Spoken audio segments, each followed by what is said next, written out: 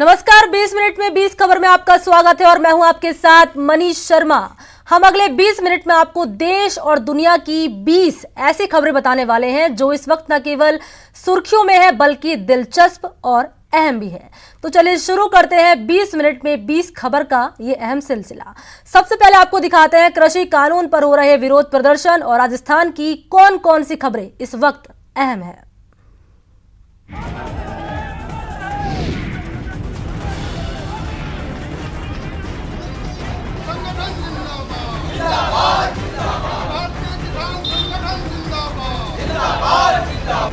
दिल्ली में India gate के पास धू धू कर जल रहे इस ट्रैक्टर को देखकर अंदाजा लगा सकते हैं कि केंद्र सरकार के नए कृषि कानून को लेकर विरोधी पार्टियों और कुछ किसान संगठनों में किस कदर नाराजगी है। विरोध की ऐसी तस्वीरें हरियाणा और पंजाब समेत देश के कई शहरों से आ रही हैं और खास बात ये कि पिछले एक हफ्ते से इस तरह के प्रदर्शन का सिलसिला जारी है। कर्नाटक के साथ साथ कुछ और प्रदेशों में भी बंद का आयोजन किया गया ताकि केंद्र सरकार को ये जताया जा सके कि कृषि बिल को लेकर विरोधी दल और किसान संगठन उनके साथ नहीं है। तीनों एग्रीकल्चर बिल पर कई प्रदेशों, किसान संगठनों और विरोधी दलों के विरोध के बीच राष्ट्रपति रामनाथ कोविंद ने हस्ताक्षर कर दिए हैं। राष्ट्रपति के हस्ताक्षर के बाद ये विधेयक अब कानून बन गए हैं। गौरतलब है कि इन कृषि विधेयकों का भारी विरोध हो रहा है। खास तौर से पंजाब और हरियाणा के किसान इस बिल के विरोध में सड़कों पर उतरे हुए हैं। वहीं दूसरी तरफ विपक्षी दल भी इन विधेयकों का विरोध कर रहे हैं। यहाँ तक कि एनडीए में शामिल शिरोमणि अकाली दल ने इन बिलों का विरोध करते हुए पहले सरकार और फिर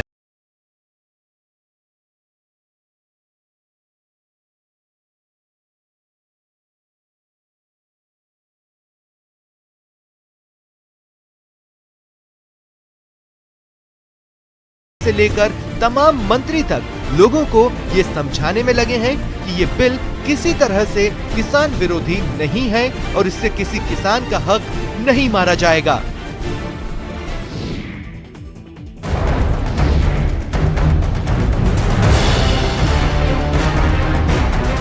सार्वजनिक जगहों पर अभी भी लोग मास्क पहनने में कोताही बरत रहे हैं। ऐसे लोगों को अनुशासित करने के लिए राज्य सरकार गंभीर है और सीएम गहलोत ने रविवार को ऐलान किया है कि लोगों को जागरूक करने के लिए बड़े स्तर पर जन आंदोलन चलाया जाएगा।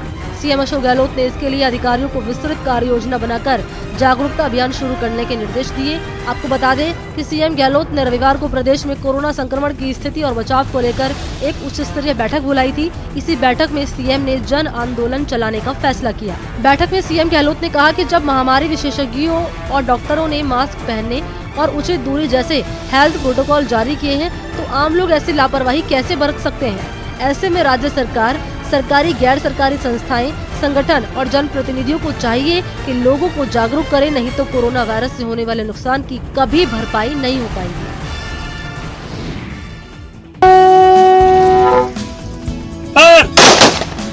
पंचतत्व में विलीन हो रहे ये गणपत राम है। वही गणपत राम जो जंगे आजादी में कभी नेताजी सुभाष चंद्र बोस के साथ कदम से कदम मिलाकर चलते थे। नेताजी आजाद हिंद फौज के सिपाही थे, लेकिन अफसोस की अब सिर्फ और सिर्फ उनकी यादें बाकी रह गई हैं। गणपत राम झुंझुनू में सूरजगढ़ के कुलोट कला गांव के रहने वाले थे और वहीं पूरे राजकीय सम्मान के साथ उनका अंतिम संस्कार किया गया। इस दौरान उनके परिवार समेत सांसद नरेंद्र कुमार, विधायक सुभाष पूनिया, पूर्व जिला परिषद सदस्य राम अवतार धोलिया और तमाम अधिकारी वहाँ मौजूद थे। गणपत जी का स्वर्गवास हुआ, वो स्वतंत्रता सेनानी थे। ये लगभग 100 साल उम्र पूरी बात कर चुकी।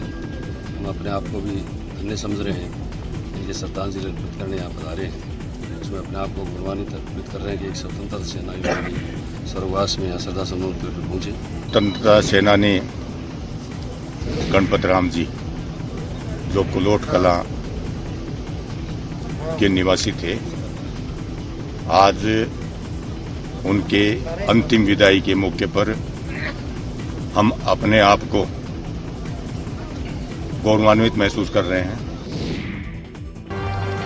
सड़क पर प्रदर्शन कर रहे ये लोग सीकर जिले के बास गांव के रहने वाले हैं, जो इस बात से नाराज हैं कि इनके गांव की पंचायत को पाटन से हटाकर अजीतगढ़ पंचायत समिति में जोड़ दिया गया है। पंचायत बदलने से ये लोग इस कदर नाराज हैं कि प्रदर्शन के साथ साथ सरपंच चुनाव के बहिष्कार का भी इन्होंने ऐलान कर दिया है। इनका कहना है कि जिस अजीतगढ़ पंचायत समिति से इनके गांव को अटैच किया गया है वो 60 किलोमीटर दूर है और इतनी दूर पंचायत समिति होने से इन्हें भारी परेशानी तो होगी ही, साथ ही योजनाओं का लाभ मिलने में मुश्किल भी होगी। कर दिए कि हमारी पंचायत समिति ने पाटन से उठाकर अजीतगढ़ लगा दी गई पिछला दिन राज्य सरकार उनको विरोध करते हुए मैं चुनाव को बहिष्कार करा। पहले भी कर दिया और अब भी कर रहे हैं और करते ही रहेंगे जब तक हमारी पंचायत समिति अजीतगढ़ से हट करके पाटन पंचायत समिति में नहीं शामिल करते हैं तब तक हम चुनाव नहीं करेंगे, किसी भी चुनाव। चूरू के राजकीय भर्ती अस्पताल में रविवार को जमकर हंगामा हुआ। ये हंगामा उस वक्त शुरू हुआ जब ड्यूटी पर तैनात एक गार्ड ने एक प्रेग्नेंट महिला और उसके पति को अंदर जाने से रोकने की कोशिश की। इस हंगामे को लेकर गार्ड का कहना है कि उस अस्पताल प्रबंधन से सख्त हिदायत मिली है कि बिना मास्क लगाए लोगों को अस्पताल में प्रवेश न करने दें और इसी वजह से उसने इन दोनों को मास्क लगाकर आने को कहा था, लेकिन मास्क लगाने की जगह इन्होंने हंगामा शुरू कर दिया। मास्क पहनने के लिए बोला था, मास्क लगाइए। मास्क के ऊपर लगाने के ऊपर इस बात पर मेरा माँ बांध की गाड़ी देने लग गया और फिर हथापाई पूरी हथापाई करिए गड़ों गांठ यहाँ तक कि मेरा गड़ों ही पकड़े उन्होंने। तो एक बैग बन रहा कि मेरा ये छुटाया तो उसको लेके उसको ये बाहर लेके मेरे को अंदर कर दिया और गुलाब यहाँ बैठ जाओ हमने जाने सुविधा। गार्ड के लगाए आरोपों पर परिजनों का कहना है कि गार्ड ने उनके साथ मारपीट की कोशिश की, जिसकी वजह से ये पूरा हंगामा हुआ।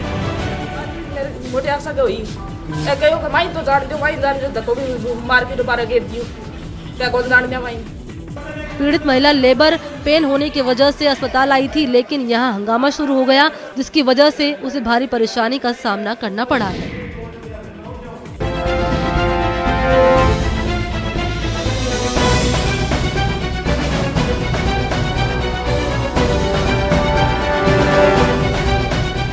जयपुर में पुलिस कमिश्नरेट की CST टीम IPL में सट्टा लगाने वाले 4 लोगों को उन्होंने गिरफ्तार कर लिया है।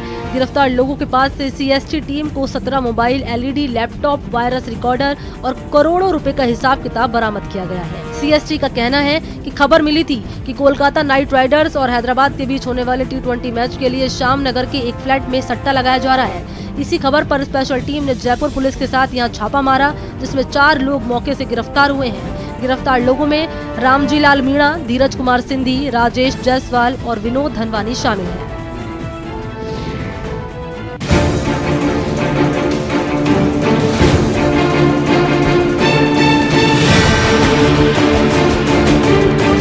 कोरोना काल की वजह से उद्योग धंधे पूरी तरह से प्रभावित हुए। खास बात ये, शराब का धंधा भी मंदा हो गया है।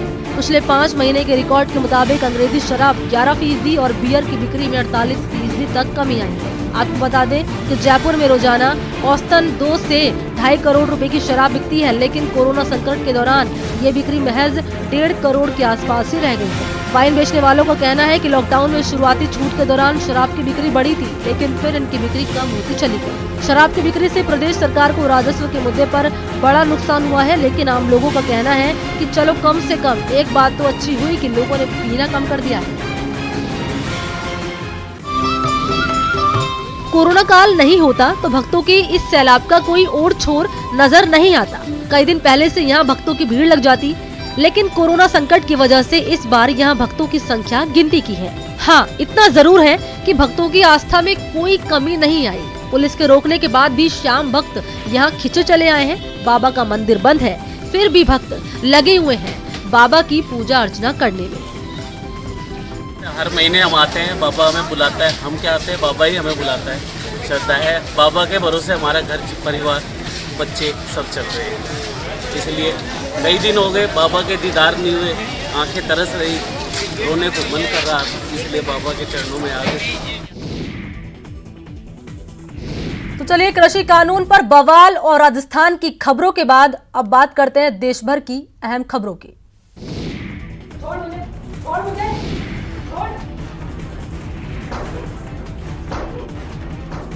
ये वही वायरल वीडियो है जिसमें मध्य प्रदेश के स्पेशल डीजी पुरुषोत्तम शर्मा की शर्मनाक करतूत दुनिया के सामने आई है। इस वीडियो में पुरुषोत्तम शर्मा अपनी पत्नी की बेरहमी से पिटाई करते हुए नजर आ रहे हैं। बताया जाता है कि किसी दूसरी महिला को लेकर पति पत्नी में पहले विवाद हुआ और फिर पुरुषोत्तम शर्मा ने अपनी पत्नी की पिटाई शुरू कर दी।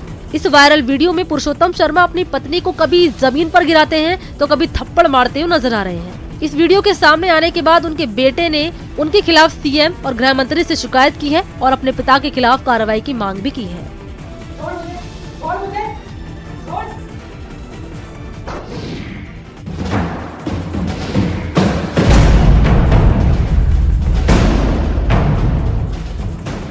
चीन के साथ जारी सीमा विवाद के बीच भारतीय सेना ने LAC पर लद्दाख के चुमार डेमचोक क्षेत्र में T-90 और T-72 टैंकों की तैनाती कर दी है। T-90 और T-72 टैंकों की खासियत ये है कि इन्हें -40 डिग्री सेल्सियस तक के तापमान में भी आसानी से इस्तेमाल किया जा सकता है। मैकेनाइज्ड इन्फेंट्री सेना का एक आधुनिक अंग है जिसके पास हर मौसम और हर ट्रेन में काम करने का अनुभव है। हाई मोबिलिटी, अम्यूनिशन और मिसाइल स्टोरेज होने के कारण यह लंबे समय तक इंडिपेंडेंट लड़ाई लड़ने की काबिलियत रखता है। सर्दियों की आहट के बीच सेना की ओर से ये बेहद अहम माना जा रहा है। 29 अगस्त और 30 अगस्त की रात भारत ने पूर्वी लद्दाख के पैंगोंग सो क्षेत्र में यथास्थिति बदलने के लिए चीनी सेना की ओर से की जा रही घुसपैठ को नाकाम कर दिया था। उसी के बाद से LAC पर हालात खराब हुए हैं और चीन की तैयारी देखते हुए भारत को LAC पर अब T-90 और T-72 टैंकों की तैनाती करनी पड़ी है।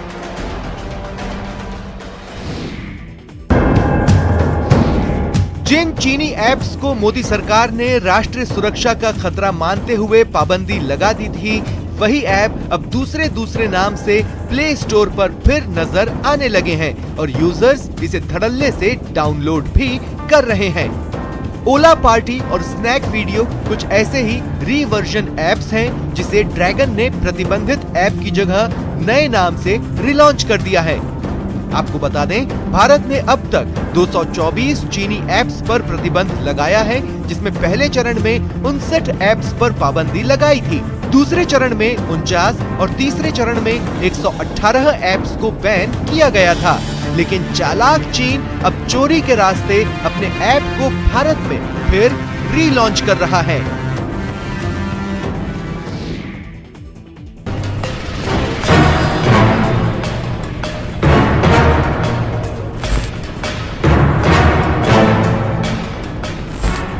अरब सागर में डूब रहे एक कार्गो शिप के 12 क्रू मेंबर्स को कोस्ट गार्ड ने सुरक्षित निकाल लिया है।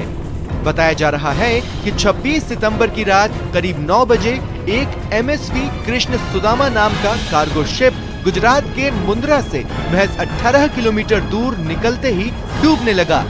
इस जहाज में क्रू मेंबर्स के 12 सदस्य थे और कार्गो शिप में चीनी और चावल समेत 905 टन सामान भरा था। Cargo ship MSV Krishna Sudama के डूबने की खबर जैसे ही कोस्ट गार्ड को मिली, वो मौके पर पहुंच गए और रेस्क्यू ऑपरेशन के दौरान सभी 12 सदस्यों को सुरक्षित बाहर निकाल लिया। MSV कृष्ण सुदामा जिबौटी जा रहा था।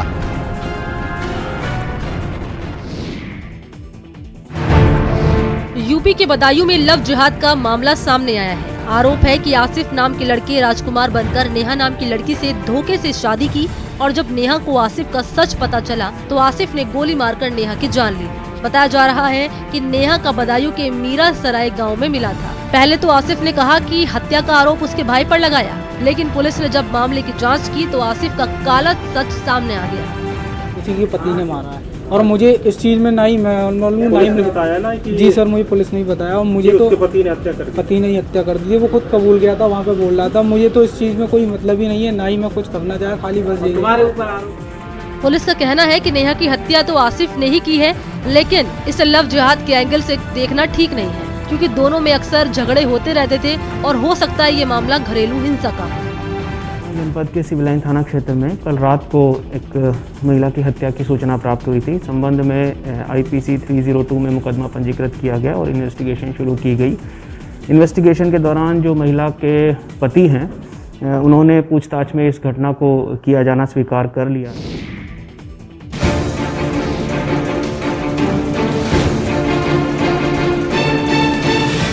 जब शेरनी शिकार कर रही हो तो फिर इंसान की क्या बिसात ताकि उसे शिकार करने से रोक सके या फिर उसके मुंह से निवाला छीनने की कोशिश करे। कुछ ऐसा ही हुआ गुजरात में गिर जिले के रामपरा गाँव में। यहाँ बीच सड़क पर एक शेरनी पहले गाय का शिकार किया, बड़े इत्मीनान से उसे खा गई। गांव के लोग सुबह सुबह शेरनी को शिकार करते देख हैरान रह गए। कुछ लोगों ने शेरनी को रोकने की कोशिश की तो दूसरे गांव वालों ने उन्हें रोक दिया और वन विभाग की टीम को बुलाया, जिन्होंने शेरनी को जंगल की ओर भगा दिया। आपको बता दें कि गिर के आसपास के गाँव में अक्सर इस तरह की घटनाएं होती रहती हैं और आम लोग वीडियो बनाने के अलावा कभी उन्हें रोकने की, टोकने की हिम्मत तक नहीं करते।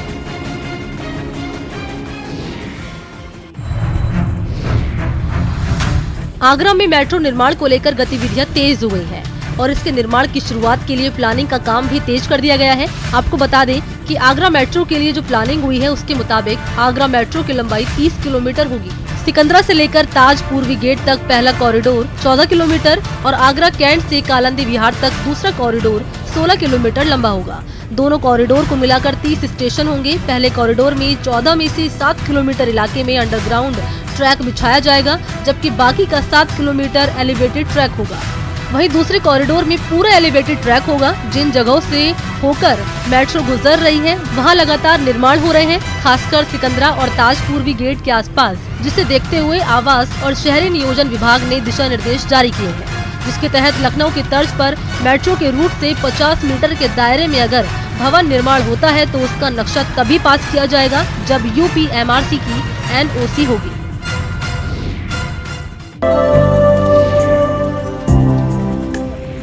मध्य प्रदेश के उमरिया जिले के बांधवगढ़ पार्क की ओर से हाथियों को गोद लेने का नवाचार शुरू हुआ है। बांधवगढ़ में पिछले एक सप्ताह से हाथी महोत्सव चल रहा था। इसी महोत्सव के समापन के दौरान हाथियों को गोद लेने की घोषणा की गई।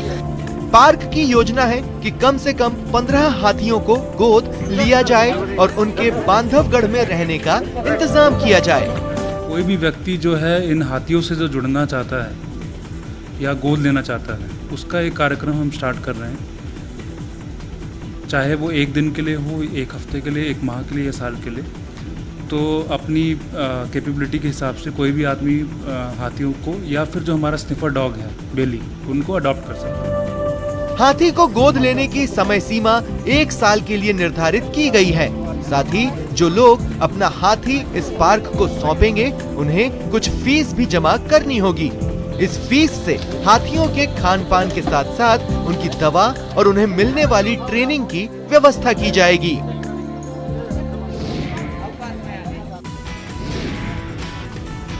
इंदौर में कोरोना संक्रमण के चलते पिछले 6 महीने से बंद पड़ा चिड़ियाघर अब फिर से गुलजार हो गया है। सारी सुरक्षा को ध्यान में रखते हुए दर्शकों के लिए चिड़ियाघर खोल दिया गया है। अनलॉक होने के बाद कोरोना संक्रमण के चलते जू प्रबंधन ने टचलेस एंट्री को अपनाया है। इस कड़ी में अब ऑनलाइन टिकट की बुकिंग शुरू हो गई है। चिड़ियाघर के प्रभारी डॉक्टर उत्तम यादव ने बताया कि अब दर्शक घर बैठे अपने मोबाइल से टिकट बुक कर सकेंगे, जिससे उन्हें टिकट लेने में आसानी होगी और वे कोरोना के संक्रमण के खतरे से भी बच पाएंगे। चिड़ियाघर घूमने आने वाले लोगों को सोशल डिस्टेंसिंग का पालन करना होगा। लोगों को अनलॉक के सभी नियमों का पालन करने के बाद ही अंदर एंट्री मिल पाएगी।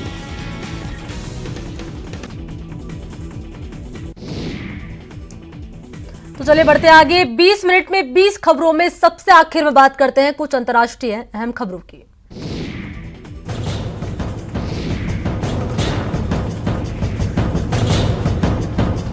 कोरोना संकट के बीच एशिया के 2 देश अर्मेनिया और अजरबैजान में जंग छिड़ गई है। ये दोनों देश कॉकसस रीजन में आते हैं, कभी सोवियत यूनियन का हिस्सा थे। इन दोनों देश नागर्नो काराबख इलाके पर कब्जा करना चाहते हैं और इसी वजह से इन दोनों के बीच जंग छिड़ गई है। दोनों तरफ के हमले में कई सैनिकों के मारे जाने की खबर है। साथ ही टैंक, ड्रोन और हेलीकॉप्टर्स के मार गिराए जाने की भी खबरें आ रही हैं। सोवियत संघ से अलग होने के बाद दोनों देशों के बीच नागर्नो काराबख इलाके को लेकर विवाद हो गया था और दोनों देश इस पर अपना अधिकार जताते हैं। हालांकि अंतर्राष्ट्रीय कानूनों के तहत इस 4400 वर्ग किलोमीटर को अजरबैजान का घोषित किया जा चुका है। लेकिन यहाँ अर्मेनियाई मूल के लोगों की जनसंख्या ज्यादा है, जिसकी वजह से अर्मेनिया इसे अपना हिस्सा बताता रहा है और 1951 से ही दोनों देश आपस में भिड़ते रहे हैं। सिंगापुर दुनिया का पहला ऐसा बनने जा रहा है जो अपने यहाँ नेशनल आइडेंटिटी स्कीम के तहत फेशियल वेरिफिकेशन को अपनाने वाला है। इस बायोमेट्रिक सुविधा का इस्तेमाल सिंगापुर के लोग निजी और सरकारी सेवाओं का लाभ उठाने में कर सकते हैं। सिंगापुर की सरकार का कहना है कि ये देश की डिजिटल अर्थव्यवस्था का आधार होगा। इसे बैंकिंग सेवा के साथ जोड़ दिया गया है और अब इसे देश भर में शुरू किया जा रहा है। ये सिर्फ किसी शख्स की पहचान ही नहीं करता, बल्कि यह निश्चित करता है कि वे वास्तव में वहां मौजूद भी हैं या नहीं। आपको बता दें, सिंगापुर में इस तकनीक को वहां की डिजिटल आइडेंटिटी स्कीम सिंग पास के साथ जोड़ा जाएगा और सरकारी सेवाओं के लिए इसकी अनुमति दी जाएगी। आपको ये भी बता दें कि फेशियल रिकॉग्निशन और फेशियल वेरिफिकेशन दोनों ही इस बात पर निर्भर करते हैं कि जिस चेहरे की स्कैनिंग की जा रही है वो डेटाबेस में पहले से मौजूद तस्वीर के साथ मैच करता है कि नहीं। यहाँ रुकते छोटे से ब्रेक के लिए, जल्द हाजिर होते हैं।